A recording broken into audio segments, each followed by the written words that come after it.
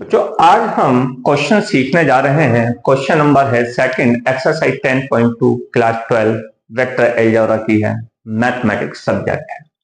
तो देखो यहाँ पे इन्होंने क्या कहा है, टू डिफरेंट वेक्टर्स हैं जिनके की मैग्नीट्यूड कैसे आने चाहिए, सेम आने चाहिए। ठीक है, चलो देखते हैं कि दो हम किस तरह से वेक्टर्स को इंट्रोड्यूस करें। एक वेक्टर ये है, वेक्टर क्या है इसका थोड़ा सा, हाँ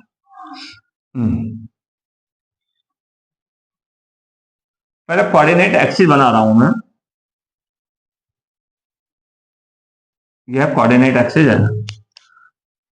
एक कोई भी हमारा वेक्टर्स ये हमने कर लिया, ठीक है।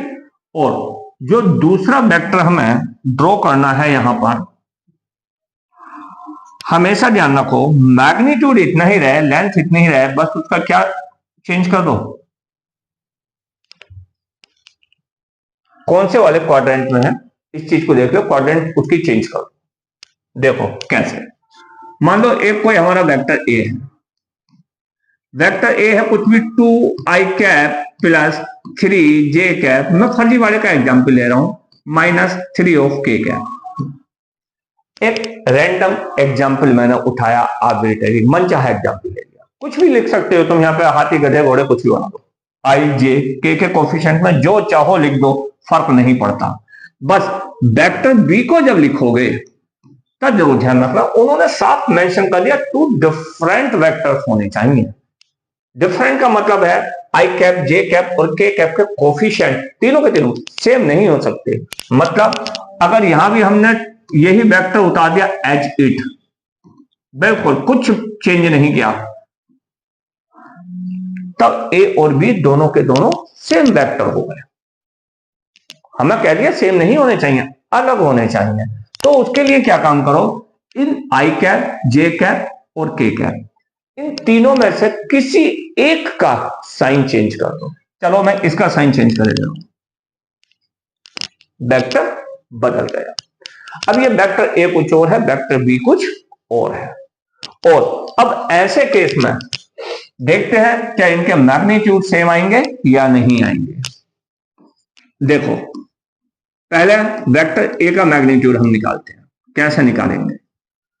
फार्मूला होता है इनसाइड रूट आई कैप के कोफिशिएंट का स्क्वायर, मतलब 2 का स्क्वायर, प्लस जे कैप के कोफिशिएंट का स्क्वायर मतलब 3 का स्क्वायर, प्लस के कैप के कोफिशिएंट का स्क्वायर जो कि -3 है, ध्यान रखना, इसका स्क्वायर कितना हुआ, 2 का स्क्वायर 4 प्लस 3 का स्क्वायर 9 प्लस -3 का स्क्वायर भी 9, कितना हो जाएगा 9 और 9 18 और 4 22। तो ये जो मैग्नीट्यूड हमारा आ गया वेक्टर ए का, ये हमारा कितना आ गया, √22। चलो बी का भी निकाल के देखना पड़ेगा भाई, तभी तो हम इस बात को बोल पाएंगे कि इन दोनों के मैग्नीट्यूड सेम है। इनसाइड रूट आई कैप के कोफिशिएंट का स्क्वायर मतलब 2 का स्क्वायर, प्लस जे कैप के कोफिशिएंट का स्क्वायर जो कि 3 है, 3 का स्क्वायर, प्लस के कैप का कोफिशिएंट जो कि फर्दर अब प्लस का 3 है, माइनस का 3 नहीं है, ध्यान रखना, क्योंकि हमने साइन चेंज कर दिया था वेक्टर बी बनाने के लिए। 2 का स्क्वायर 4 हो जाएगा, 3 का स्क्वायर 9 हो जाएगा, फर्दर 3 का स्क्वायर 9 हो जाएगा, और जब हम इसको ऐड करेंगे तो फिर से हमारा 22 आएगा। तो इसका मतलब है कि हमारा वेक्टर ए और वेक्टर बी दोनों का मैग्नीट्यूड सेम आया है जैसा उन्होंने कहा था, और दोनों के दोनों दो डिफरेंट वेक्टर्स हैं।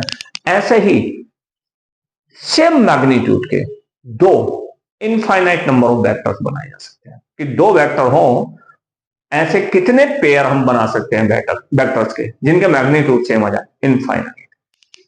भाई अभी यहाँ 2, अब यहाँ 3, यहाँ कुछ ना और नंबर, यहाँ कुछ और नंबर, तो यहाँ भी वही नंबर रह दोगे जो यहाँ बदला है, बस क्या बदलोगे, साइन बदल दो ऊपर और नीचे वाले में, इसे कुछ भी लिख दो।